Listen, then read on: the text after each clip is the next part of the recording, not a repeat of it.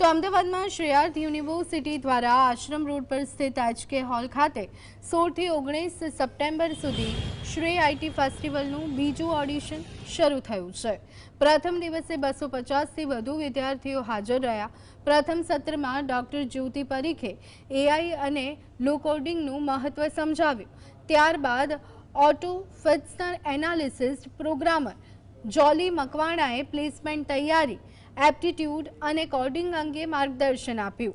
અંતે પ્રશ્નોત્તરી સત્રમાં વિદ્યાર્થીઓએ ઉત્સાહભેર પ્રશ્ન કર્યા।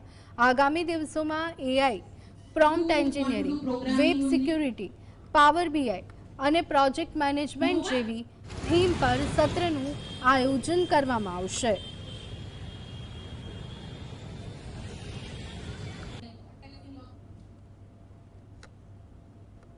I would like to congratulate Shreyaarth University કે આટલું સારું IT ફેસ્ટનું આયોજન કર્યું।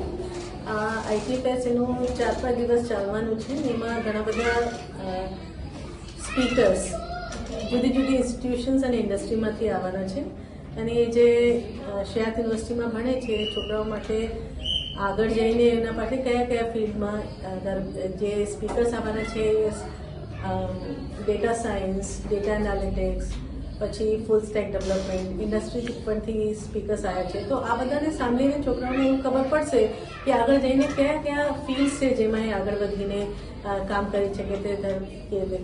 સાયબર સિક્યોરિટીમાં કામ કરી શકે છે, AI ML કામ કરી શકે છે। તો આગળ જઈને કયા કયા આયામ છે જેમાં જે એના માટે ઉપલબ્ધ છે। અને સાથે સાથે આજે જે મેં અહીંયા વાત કરી છે કે નવી પેઢીને એ પણ સમજવાની બહુ જરૂર છે કે નવી નવી ટેકનોલોજી ટૂલ્સ એ બધું તો બહુ સારું છે જ, પણ આ ફિલ્ડમાં એમને બહુ આગળ વધવાનું હોય અને ઊંચા સ્થાને પહોંચવાનું હોય તો એના માટે ફાઉન્ડેશન બહુ સ્ટ્રોંગ હોવાની જરૂર છે। આઈટી ફેસ્ટમાં આઈટી રિલેટેડ બહુ જ બધા સ્ટુડન્ટ્સ જોડાયા હતા।